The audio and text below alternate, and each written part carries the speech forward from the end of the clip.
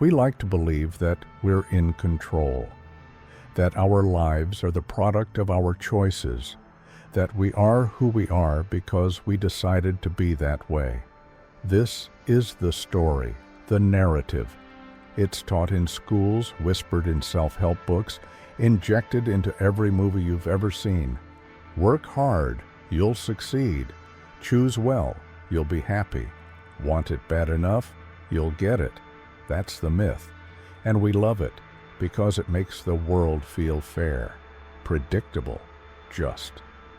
But it's a trick, a psychological sleight of hand, because the alternative is terrifying, that we're not in control, that we're not choosing, that our decisions are just effects with invisible causes. You didn't choose your genes. You didn't choose your childhood. You didn't choose your brain chemistry, trauma, dopamine receptors, or stress response. You didn't choose to be impulsive. You didn't choose to be calm. You didn't choose what you fear. You didn't choose what you crave. You just think you did, because that's how consciousness works. It pretends to be the author, but it's just the narrator. And here's the cruel beauty of the illusion. It makes us feel powerful until we fail. Then it makes us feel guilty. We don't blame the wind for knocking over a tree. We don't blame the ocean for drowning a ship, but we blame people and ourselves for things we had no more control over than a leaf has over where it lands. We were taught to call this responsibility, but maybe it was just mythology in a scientific costume. The illusion of control is comfortable, but comfort was never the same as truth.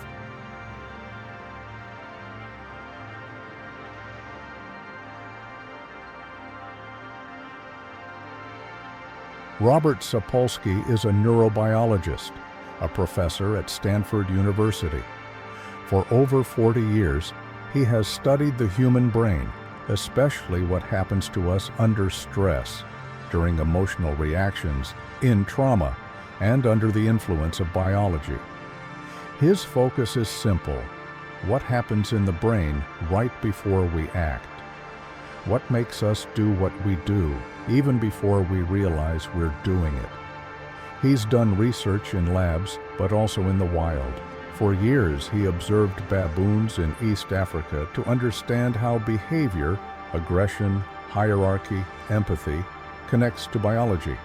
Then he returned to humans, and he saw the same mechanisms, just more complex.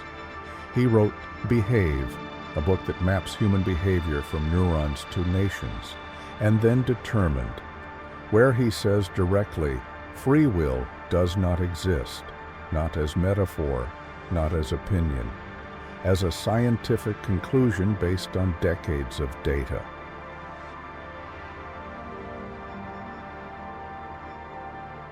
Free will, the idea that we choose freely, consciously, independently, that our thoughts lead to decisions and our decisions lead to actions.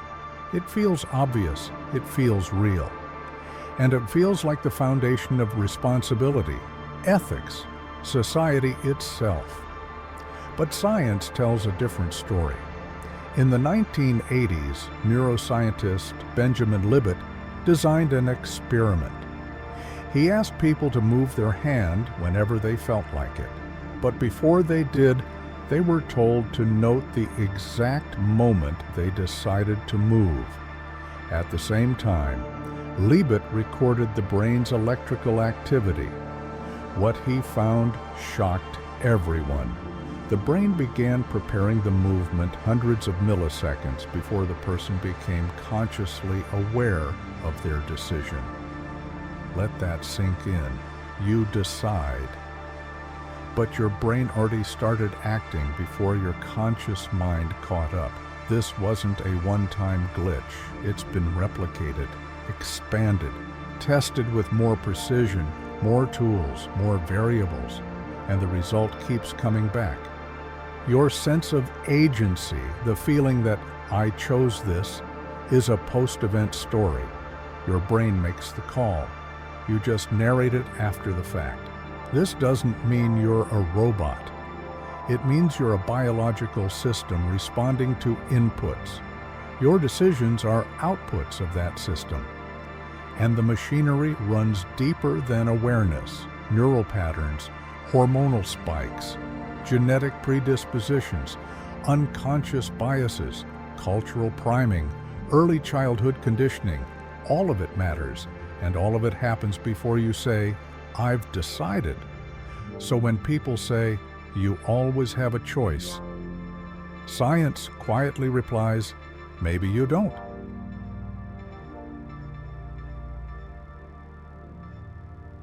We like to think that even if we're not perfect, we still have the power to try, to want something, to push ourselves harder, to change. Because wanting, at least, feels like something we control, but we don't. Let's start with the obvious. Not everyone is equally motivated. Not everyone has the same discipline. Not everyone wakes up with the same hunger for improvement. You've seen this in school, in work, in yourself. And yet we treat motivation like a moral trait. If you succeed, it's because you wanted it more. If you fail, it's because you didn't care enough. But that's not how it works, not in the brain. Wanting is biology. It's dopamine circuits firing, or not firing. It's reward anticipation, not character. It's the difference between your nervous system saying, "Yes, this matters," or "No, stay still, save energy, don't risk it." People with depression don't lack desire because they're weak. They lack it because their brains can't signal reward. People with ADHD don't procrastinate because they're lazy. They do it because their dopamine pathways respond differently to structure, novelty, and pressure. And trauma? Trauma rewires what feels safe to want. Sometimes wanting hurts. So your brain stops trying. So when someone says, "You just need to want it more," they're not giving advice. They're revealing how little they understand about how motivation actually works. You can't want something if your brain doesn't know how to value it. If your system was never taught how to associate effort with reward, safety with achievement, or love with trying, so no, it's not enough to just want it. Some people can't even access the switch that makes wanting possible. It's not about mindset. It's about neurobiology.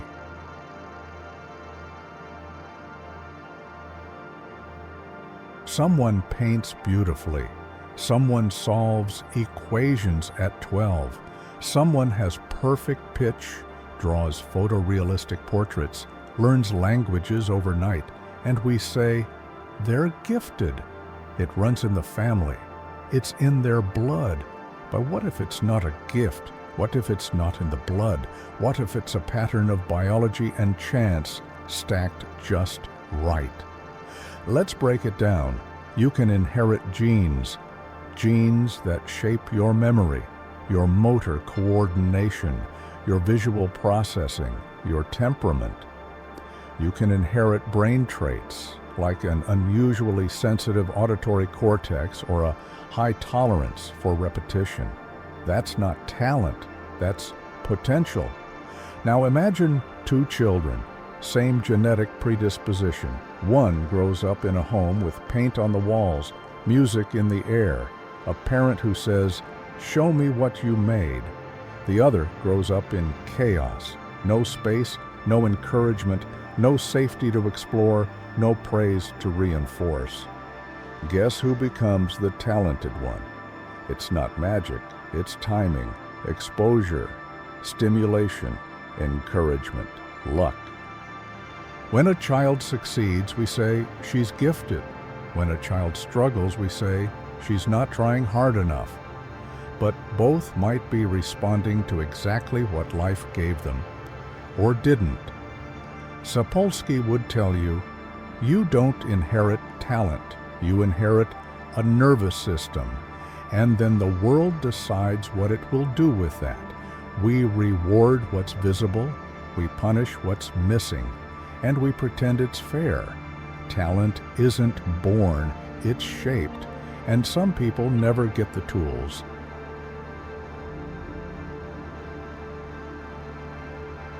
Someone succeeds.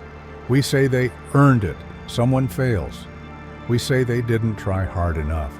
Someone hurts another person. We say they chose evil.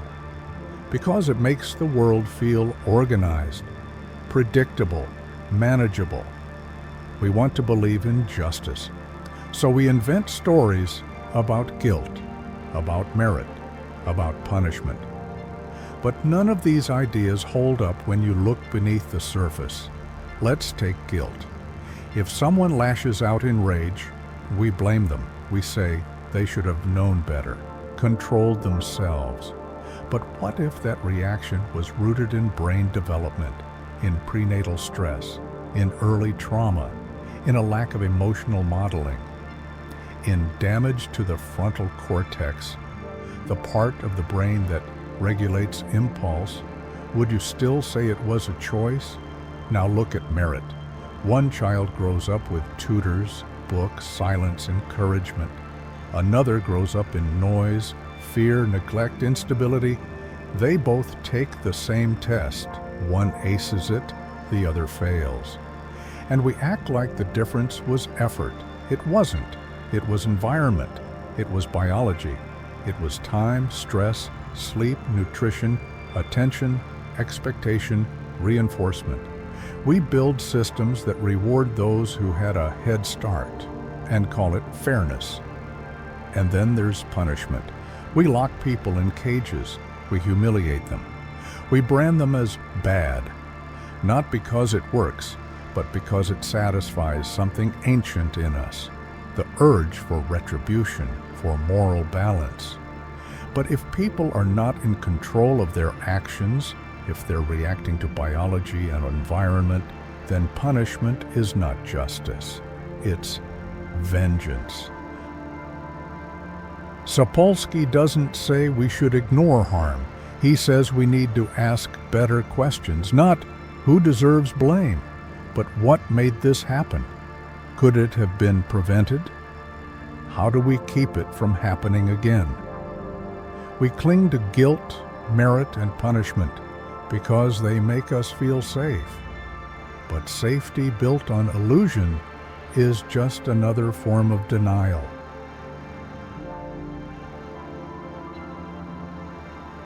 Let's test how much you really believe this. Imagine someone does something horrific. They beat someone. They kill. They destroy a life. What do you feel? Anger? Disgust? Rage? Good. That's normal. That's human. But now ask, what made them do it? Not why. What made it inevitable? Let's stop playing pretend. People don't just snap. Violence isn't random, it's patterned, predictable. If, and only if, you know where to look. You want a villain? Try a brain tumor pressing on the prefrontal cortex. Try a frontal lobe injury before age 6. Try early exposure to constant violence. Try years without sleep, safety, or love. Try cortisol floods in a developing brain. This isn't fiction. These cases exist.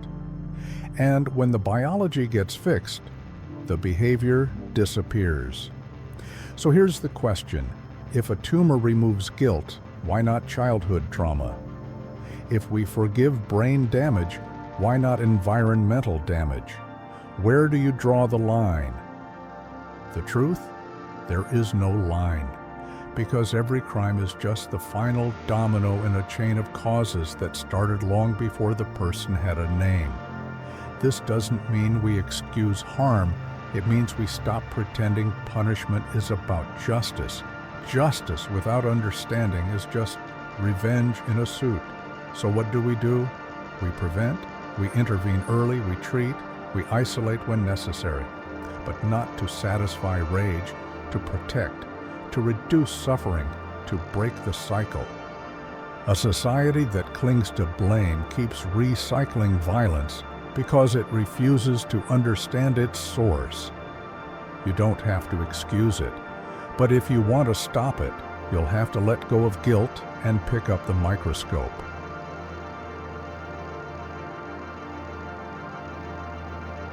Not every form of difference is violent. Not every brain that struggles is dangerous.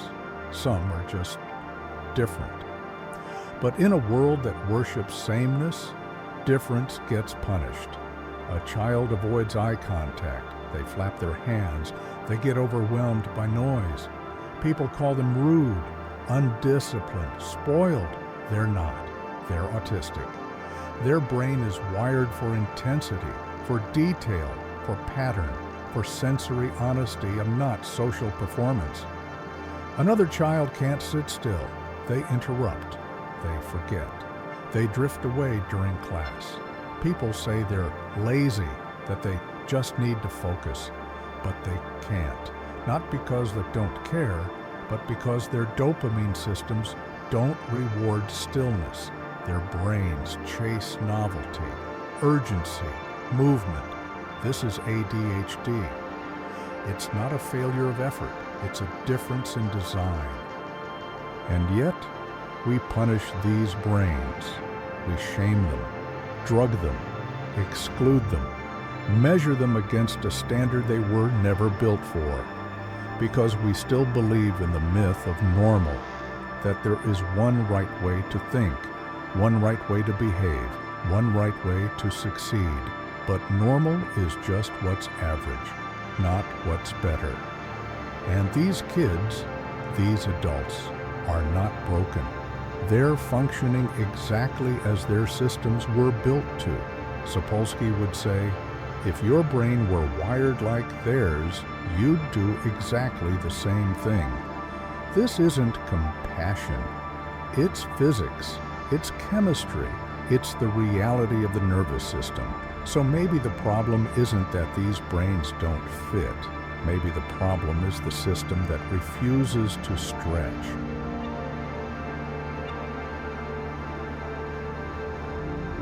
Let's be honest. If you've followed this far, you're probably asking yourself one thing. If I don't have free will, if I never chose any of this, then what's the point? Fair question.